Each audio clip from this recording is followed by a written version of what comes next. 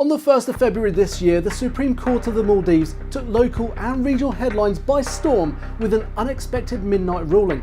And as the smoke cleared, it became clear that the Maldivian Supreme Court had been taken over by a judicial coup.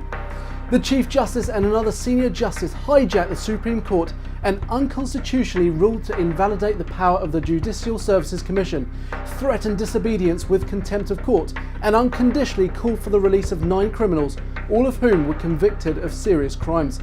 Since then, the opposition parties have been calling for the release of these 9 individuals. Are they innocent? Do they deserve to be released? Let's have a look. Number 1. President Mohamed Nasheed. One of the co-conspirators of the coup.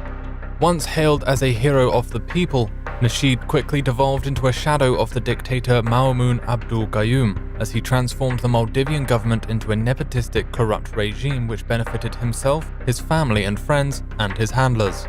After Nasheed kidnapped a sitting judge in the criminal court and used the military to hold him without charge in an undisclosed location, widespread protests swarmed the capital city of Male, demanding Nasheed's resignation, which he was forced to give on February 7, 2012. Nasheed was charged under the Terrorism Act and sentenced to 13 years in prison. When granted a medical leave complaining of severe spinal issues, Nasheed fled to the United Kingdom where he lived in self-exile. Number 2. Former Vice President Ahmed Adib.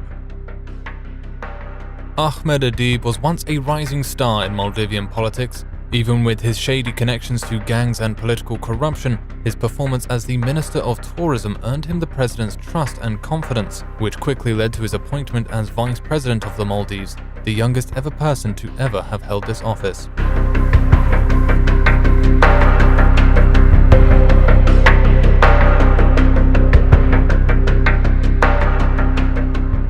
Things took a turn when he attempted to assassinate the president of the Maldives and his wife and staff with a bomb that exploded on the presidential boat in 2016.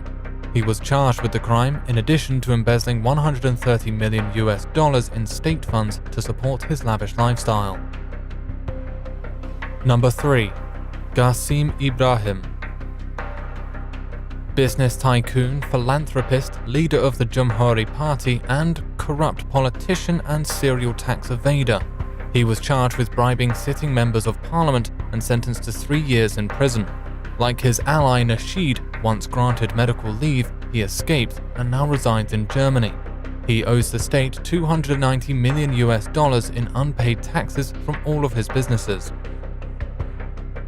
Number 4. Faris Maumoon. The son of the former dictator Maumoon Abdul Gayoom, Faris Maumoon was not only a co-conspirator to his father, he, like Qasim Ibrahim, was charged with bribing sitting members of parliament. He was also charged with sedition and with conspiracy to illegally overthrow the government. He was held in pre-trial detention at the time of the Supreme Court order, which released him as well. Number 5. Imran Abdullah. Religious scholar and the leader of the Atalat Party. Formerly opposed to Mohamed Nasheed and instrumental in his downfall, he found himself compromising on the principles of his party by allying with President Nasheed against the current government, which he had endorsed in the 2013 election.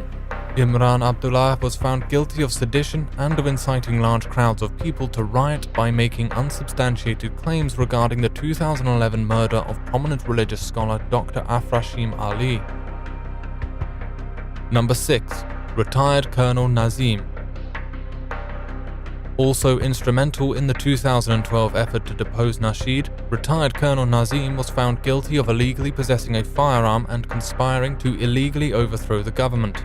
There were also 3 others ordered by the Supreme Court to be freed: Muhtaz Musin, Ahmed Nihan, and Hamid Ismail. All 3 were co-conspirators with the former dictator and the vice president, and in fact, Nihan and Musin were found guilty of forging a court-ordered document calling for the arrest of the president.